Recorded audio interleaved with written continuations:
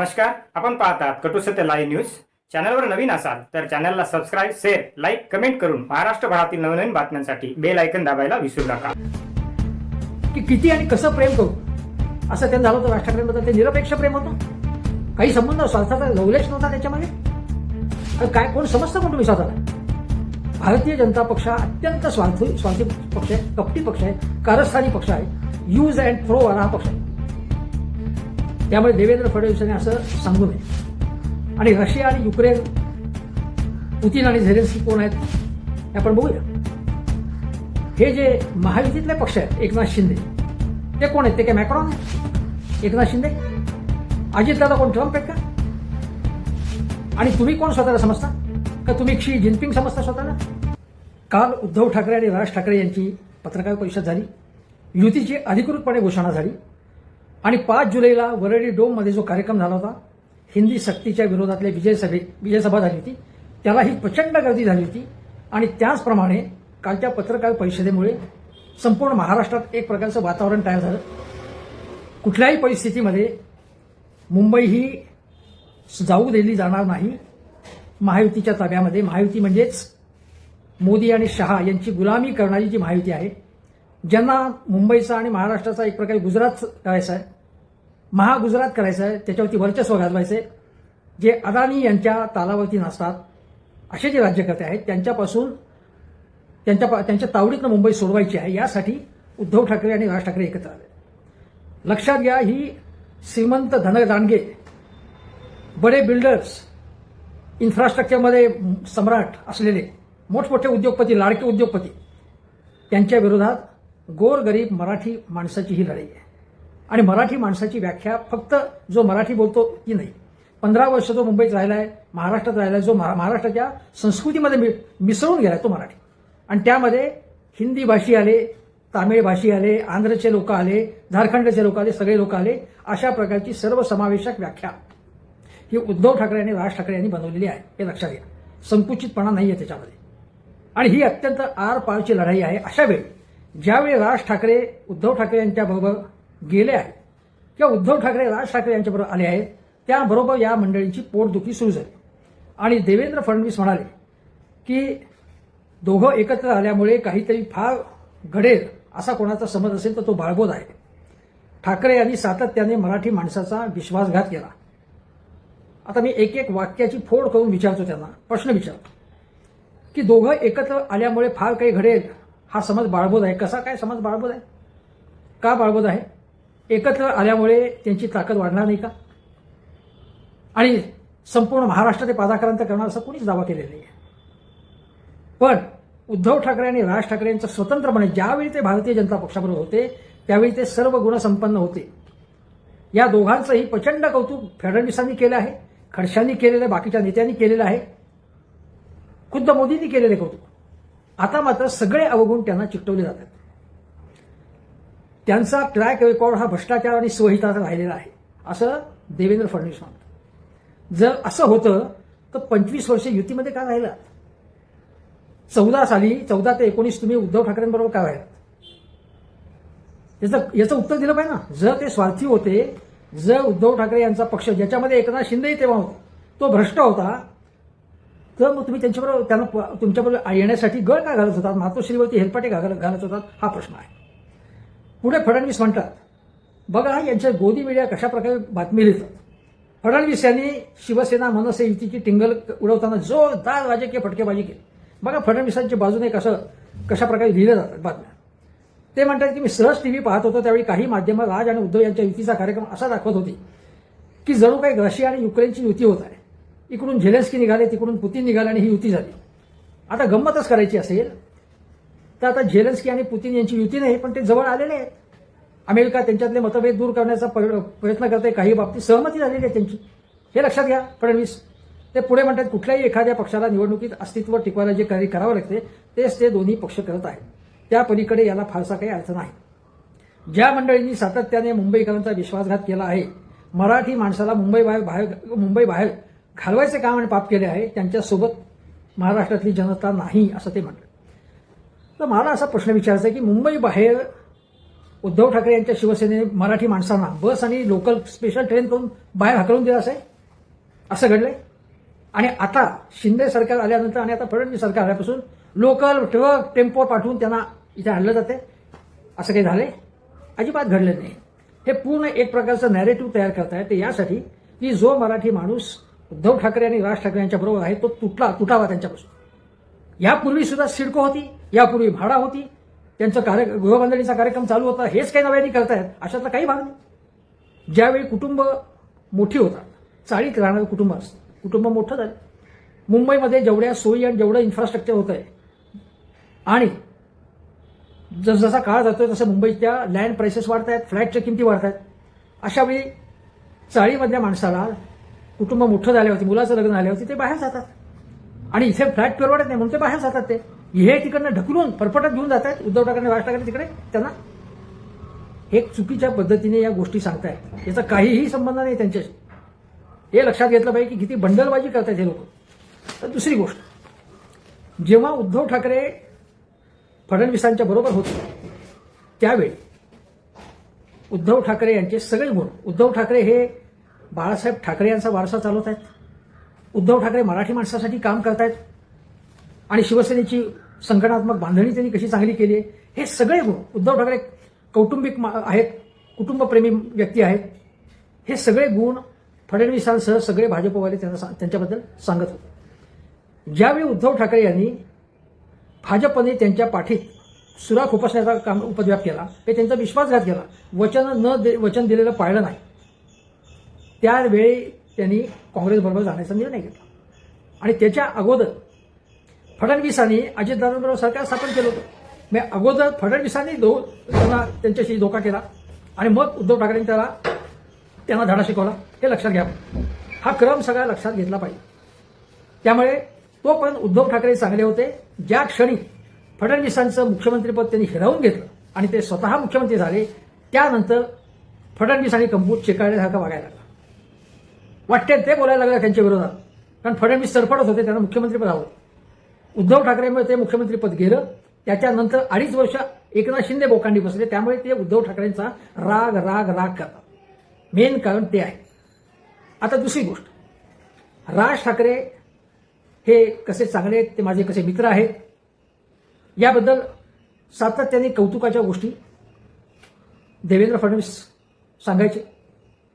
त्यांच्या घरी ते जेवायला जात असत, ठीक आहे, व्यक्तिगत संबंध असेल, पण त्या पलीकडे जाऊन राज ठाकरे यांचा एक करिश्मा आहे, त्यांचा म्हणून एक प्रभाव आहे, त्यांचा म्हणून एक समर्थक गट आहे, असं सातत्याने देवेंद्र फडणवीस म्हणत आलेले. आणि आता ते त्यांची चेष्टा करत आहेत. ज्या क्षणी राज ठाकरे हे यांनी आपला रस्ता पकडला आणि उद्धव ठाकरेंबरोबर जाण्याचा निर्णय घेतला, ते आतापर्यंत काय म्हणत होते, नाही 2 भाऊ आहेत, एक कुटुंब एकत्र आलंय याचा आम्हाला आनंद आहे, पण ते एकत्र कुटुंब आले म्हणून आनंद व्यक्त करायचा आणि कुटुंबामध्ये बेकी निर्माण करण्याचं काम, आणखीन अंतर वाढवण्याचं काम हे भाजपवाले करत होते, काड्या करत होते सातत्याने. आणि आता राज ठाकरे यांनी निर्णय घेतल्यानंतर हळूहळू त्यांच्या विरोधातली टीका वाढायला लागलेली आहे. इतके दिवस काय चाललेलं होतं की राज ठाकरे यांनी उद्धव ठाकरेंपासून सावध राहावं, उद्धव ठाकरे त्यांना धोका देतील, त्यांना त्रास देतील, असं सातत्याने बोललं जात होतं. या 2 भावांना भाऊ जवळ येऊ नयेत असे स्टेटमेंट्स करायचे आणि वर पांगी म्हणायचं की नाही भाऊ बरोबर आले, एकत्र आले, कुटुंब एकत्र आलं तर आम्हाला आनंदच आहे असं म्हणायचं.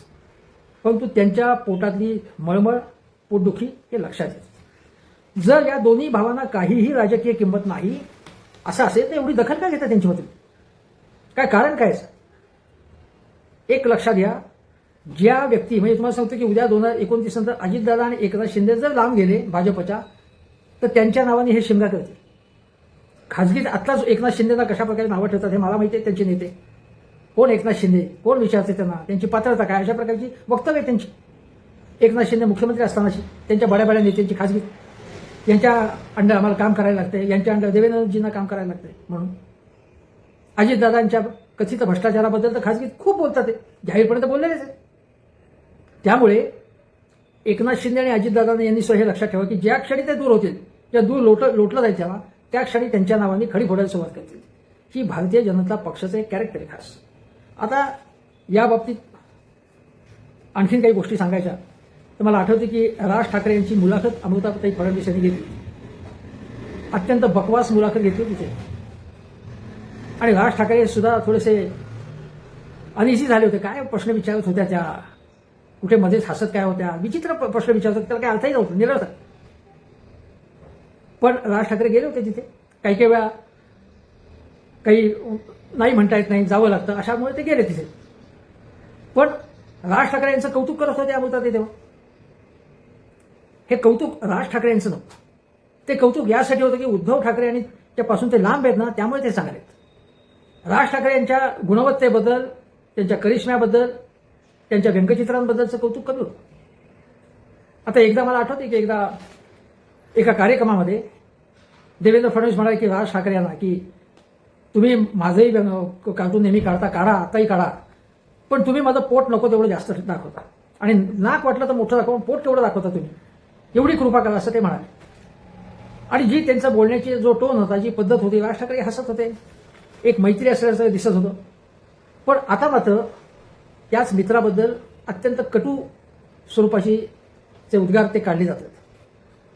ज्या क्षणी भारतीय जनता पक्षाला राज ठाकरे यांनी लोकसभेच्या वेळी बिनशर्त पाठिंबा दिला, त्यावेळी त्यांचं कौतुक कोणी कोणी केलं? एकनाथ शिंदे यांनी केलं की महायुतीला मोठं बळ मिळाले. श्रीकांत शिंदेही म्हणाले महायुतीला मोठी ताकद मिळाली आहे राज ठाकरे यांच्यामुळे. फडणवीस असतील, चंद्रकांत दादा असतील, चंद्रकांत दादा ते एवढंच म्हणाले की त्यांनी एखादी भूमिका परप्रांतीयांबद्दलची थोडी बदलली तर आम्ही एकत्र येऊ शकू, असं ते म्हणाले होते. राज ठाकरे अत्यंत चांगलं बोलतात, प्रभावी बोलतात, लोकांना खिळवून ठेवतात, अशा प्रकारची वक्तव्य केली जात होती. पण लोकसभेच्या वेळी ते रिझल्ट आल्यानंतर तुम्हाला सांगतो की त्यांचे एक वणीचे आमदार जे आहेत त्यांनी मात्र त्यांच्याबद्दल कटू उद्गार काढले. म्हणजे ज्या क्षणी त्यांच्या लक्षात आलं ते असं म्हणाले की त्यांचं वडीचे संजीव रेड्डी बोडकूरवार म्हणून त्यांचं नाव आहे. त्यांनी असं सांगितलं की राज ठाकरे यांनी बिनशर्त पाठिंबा दिला आणि त्यांचा आम्हाला काही उपयोग झाला नाही, आणि त्यांचा उपयोग करून घेण्याचं कारणच आहे कशाला आपण त्यांच्याबरोबर गेलो, अशा प्रकारचा उद्गार राज ठाकरेंनी बिनशर्त पाठिंबा दिला, तरी देखील त्यांनी अशा प्रकारचे उद्गार काढले त्यांच्याबद्दल. आणि लोकसभेच्या निवडणुकीचे निकाल हाती आल्यानंतर जी अगोदर स्तुती केली जात होती, मग राज ठाकरेंना नावं ठेवायला लागले लोक, भाजपवाले. हे यांचं कॅरेक्टर आहे की उपयोग करून घ्यायचा, अपेक्षित उपयोग झाला नाही तर त्याला लाखोली व्हायची, त्याला लांब टाकायचं, उपयोग करून फेकून द्यायचा, अशा प्रकारची त्यांची वृत्ती. आता त्यावेळी तुम्हाला सांगतो की एक राज्यसभा आणि एक विधान परिषद राज ठाकरे यांना त्या पाठिंब्याबद्दल देऊ केलं होतं भाजपने. राज ठाकरे यांनी ते नाकारलं, आणि एवढंच नव्हे तर त्यांनी बिनशर्त पाठिंबा देताना सांगितलं की 370 कलम असेल, राम मंदिर असेल, या कामांसाठी म्हणून मी हा मोदींना पाठिंबा देतो, मी हा भाजपचाही त्यांनी उल्लेख केला, मोदींसाठी पाठिंबा देतो, बिनशर्त पाठिंबा, असं राज ठाकरे म्हणाले. त्याच्या पलीकडे कुठेही त्यांनी भाजपचं कौतुक केले नव्हतं, फडणवीसांचं कौतुक केले नव्हतं. उलट त्यांनी असं म्हटलं होतं की मोदी हे गुजरातचे आहेत, ठीक आहे, आपल्या राज्यावरती प्रेम असतं, पण इतरही राज्यांवरती प्रेम करा, इतरही राज्यांकडे लक्ष द्या, असं ते म्हणाले होते. जेव्हा पाठिंबा दिला होता बिनशर्त तेव्हा भाजपबरोबर जवळ होते राज ठाकरे, त्यांनी टोपी बदलली नव्हती. त्याच्या प्रकारे त्यांनी तेव्हाही आपलं स्वत्व कायम ठेवून सांगितलं होतं की मोदी हे गुजरातला अधिक देत आहेत, महाराष्ट्राकडे दुर्लक्ष करतात. हे एकदा नाही अनेकदा सांगितले. त्यामुळे त्यांनी त्यावेळी सुद्धा की फडणवीस हे जगातले सर्वश्रेष्ठ नेते आहेत, मोदी हे फार फार मोठे नेते आहेत, अशा प्रकारची त्याला म्हणतात की स्तुती पाठकगिरी केली नाही. त्यांनी मोदींच्या धोरणांबद्दल 4 शब्द चांगले म्हटले, त्याच्या पलीकडे काही बोलले नव्हते. अन्य पक्षांचे नेते जे बरोबर जातात ते कशा प्रकारे बोलतात हे लक्षात घ्या. राज ठाकरे यांनी स्वतःच एक, ज्याला म्हणतात की स्वतःच एक प्रेस्टिज ठेवून किंवा स्वतःच एक स्वत्व ठेवून, स्वतः आहे त्या जागेवर कायम ठेवून ज्या काही गोष्टी केल्या ते केल्या. आज मात्र राज ठाकरेंच्या नावाने देवेंद्र फडणवीस यांच्यापासून ते अतुल भातखळकर यांच्यापर्यंत सगळेजण त्यांच्यावर टीका करतात. आता अतुल भातखळकर म्हणाले की विठ्ठलाचे बडवे आणि बडव्यांचे विरोधक एकत्र आले, गंगेत घोडणार. ज्यावेळी राज ठाकरे बाहेर पडले होते शिवसेनेच्या, तेव्हा त्यांनी विठ्ठलाभोवती बडव्यांचा गराडा पडला, अशा प्रकारची टीका केली होती. हे नाकारण्याचं कारण हा इतिहास आहे. बोलले होते, आजही म्हटले बोललो होतो. पण राजकारणामध्ये काळाप्रमाणे रिलेशनशिप्स बदलत असतात. राजकारणामध्ये प्रत्यक्ष आयुष्यामध्ये तेव्हा ते घडलं. आज इश्यू काय देशापुढचा, महाराष्ट्रापुढचा प्रश्न काय? महाराष्ट्राचा पुढचा प्रश्न आज असा आहे की महाराष्ट्राला केंद्रशासित प्रदेश न करता देखील महाराष्ट्रावरती गुजराती लोकांचं, गुजराती उद्योगपतींचं एक प्रकारचं आक्रमण सुरू आहे. महाराष्ट्राचं मराठीपण किंवा मुंबईचं मराठीपण कमी करून इतर भागांचा इन्फ्लुएन्स, प्रभाव वाढवण्याचं काम चाललेलं आहे. हिंदी सक्ती लादली जाते आहे. केंद्राचं बोर्ड सगळीकडे लागू केलं जात आहे. शाळा, मराठी शाळा बंद पडत आहेत. असे अनेक प्रश्न आहेत की जे महाराष्ट्राच्या स्वाभिमानाशी निगडीत आहे, महाराष्ट्राच्या अस्मितेशी निगडीत आहे. ही जी अस्मिता आहे, अशाच प्रकारची अस्मिता आंध्रमध्ये तेलुगू अस्मिता होती. एन.टी. रामाराव हे त्या अस्मितेचं प्रतीक बनले होते. अशाच प्रकारची अस्मिता तामिळनाडूमध्ये 1967 पासून आहे आणि त्यानंतर काँग्रेसचं सरकार तिथे येऊ शकलं नाही. आयदर अण्णा द्रमुक किंवा द्रमुक, द्राविड अस्मिता जी आहे ती तिथली प्रादेशिक अस्मिता आहे. त्यांचाही हिंदीला विरोध आहे आपला आणि त्यांच्या विरोधात फरक आहे. पण त्यांनाही केंद्राची दादागिरी सहन होत नाही. अशाच प्रकारची अस्मिता पश्चिम बंगालमध्ये तृणमूल काँग्रेसने अस्मिता जपली. एवढंच काय, कम्युनिस्ट पक्षाची 34 वर्ष सत्ता असताना पश्चिम बंगालमध्ये ज्योती बसुंनी ती बंगाली अस्मिता जपली. आणि अशाच प्रकारची अस्मिता आपल्यालाही असली पाहिजे असं राज ठाकरे यांचं मत आहे. आणि म्हणून राज ठाकरे यांनी तो मुद्दा लावून धरलाय की महाराष्ट्राचं मराठी पण जे आहे ते जपलं पाहिजे, मराठी संस्कृती जपली पाहिजे, अस्मिता जपली पाहिजे. इथे मराठी माणसाचं हित चाललं गेलं पाहिजे. मराठी पाट्या असतील की आंदोलनं त्यांनी केली सगळ्यांना माहिती आहेत. मराठी चित्रपटांना थिएटर मिळालं पाहिजे यासाठी त्यांनी काम केलेलं आहे. काही पुस्तिका काढलेल्या आहेत मराठी भाषेसंबंधी आणि महाराष्ट्राच्या विकासाचा ब्लूप्रिंट सादर केलेला आहे, जो कुठल्याही पक्षांनी सादर केला नाही. आणि जो काही विकासाची नजर असते, दृष्टिकोन असतो, तो फक्त फडणवीसांकडे आहे, बाकी कोणाकडेही नाही आहे. हा जो बोगस दावा केला जातो त्याबद्दल सांगितलं पाहिजे. पूर्णपणे बोगस दावा आहे. 2014च्या अगोदर सुद्धा महाराष्ट्रात काँग्रेसच्या काळात अनेक विकासाची कामं झाली. उद्धव ठाकरे यांच्या काळातही विकासाची कामं झाली. अगदी मनोहर जोशी मुख्यमंत्री असताना देखील आता कृष्णा खोरे विकास महामंडळ स्थापन झालं होतं. पुणे मुंबई द्रुतगती महामार्ग झाला होता. कितीतरी तेव्हाही झाली होती कामं. विकास ही एक निरंतर चालणारी प्रक्रिया आहे. आम्हीच केलं, दुसऱ्यांना काही समजतच नाही. हा दावा प्रथम खोडून काढला पाहिजे. देवेंद्र फडणवीस वरून टपकले नाही आहेत, ते म्हणजे परमेश्वर नाही, हे लक्षात घेतलं पाहिजे. राज ठाकरे यांनी विकासाची ब्लूप्रिंट सादर केलेली होती आणि त्याप्रमाणे त्यांना विकास करायचा होता. त्यांना लोकांनी संधी दिली नाही. आता जर समजा असं झालं की मुंबई महानगरपालिकेत उद्धव ठाकरे आणि राज ठाकरे यांची सत्ता आली, तर राज ठाकरे यांची काही स्वप्न असतील ना, त्यांचा आराखडा तयार आहे. मुंबईतलं वाहतूक, मुंबईतली पार्किंग, मुंबईतली उद्यानं, मुंबईच्या शाळा, याच्याबद्दल त्यांच्या संकल्पना आहेत काही.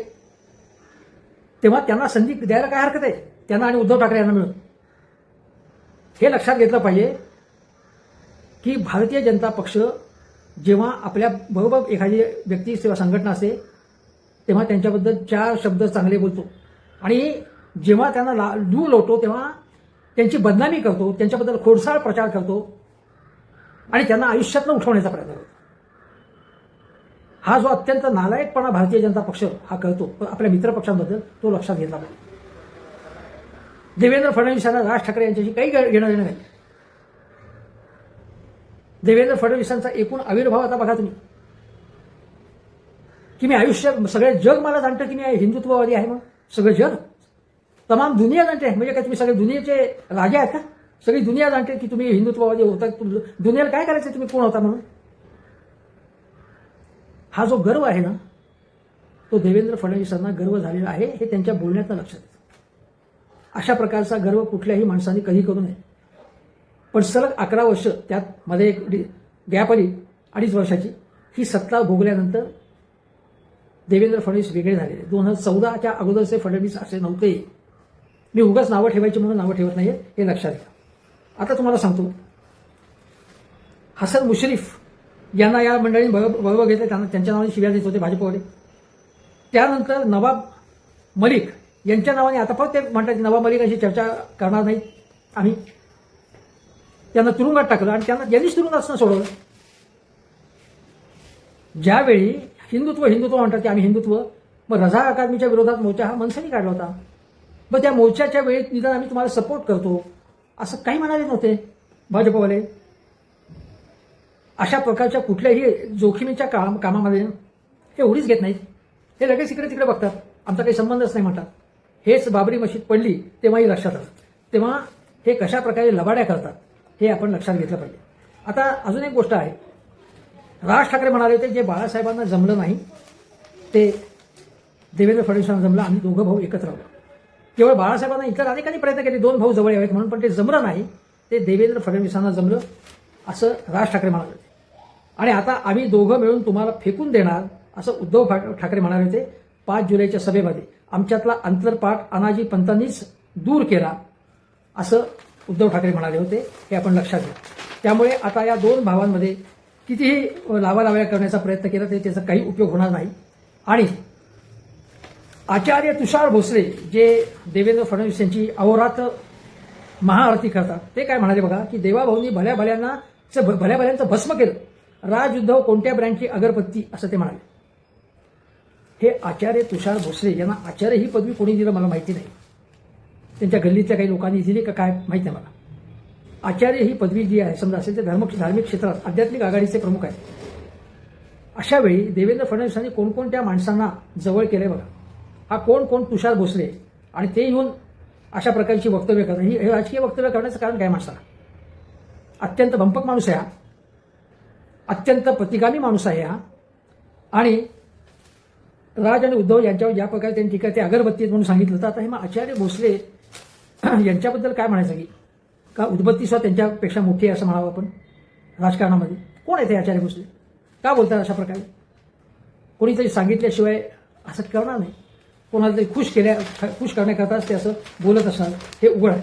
पण जो काही त्रागा आहे तो त्रागा ते करेना, त्याचा काही उपयोग होणार नाही. सगळ्यात शेवटची गोष्ट, फडणवीस म्हणाले की उद्धव आणि ठाकरे आणि महाविकास आघाडीला राज ठाकरे यांचं प्रेम नाही, ते त्यांचा दुसऱ्यावर टीका करण्यासाठी उपयोग करून घेत आहेत.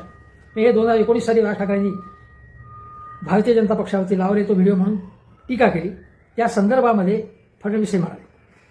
मग उद्धव ठाकरे आणि महाविकास आघाडी त्यांचा उपयोग करून घेतला असं म्हणायचं असेल आणि त्यांना त्यांचं प्रेम नाही, तर भारतीय जनता पक्षाने जेव्हा राज ठाकरे यांचा उपयोग करून घेतला तेव्हा त्यांना अगदी काय म्हणतात वात्सल्य दाटून आलं होतं का भाजपचं राज ठाकरेंबद्दलचं?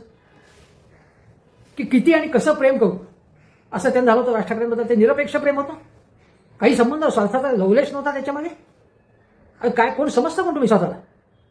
भारतीय जनता पक्ष हा अत्यंत स्वार्थी पक्ष आहे, कपटी पक्ष आहे, कारस्थानी पक्ष आहे, यूज अँड थ्रो वाला हा पक्ष आहे. त्यामुळे देवेंद्र फडणवीसांनी असं सांगू नये. आणि रशिया आणि युक्रेन, पुतीन आणि झेलेन्स्की कोण आहेत हे आपण बघूया. हे जे महायुतीतले पक्ष आहेत, एकनाथ शिंदे ते कोण आहेत? ते काय मॅक्रॉन आहेत? एकनाथ शिंदे, अजितदादा कोण ट्रम्प आहेत का? आणि तुम्ही कोण स्वतःला समजता का? तुम्ही शी जिनपिंग समजता स्वतःला?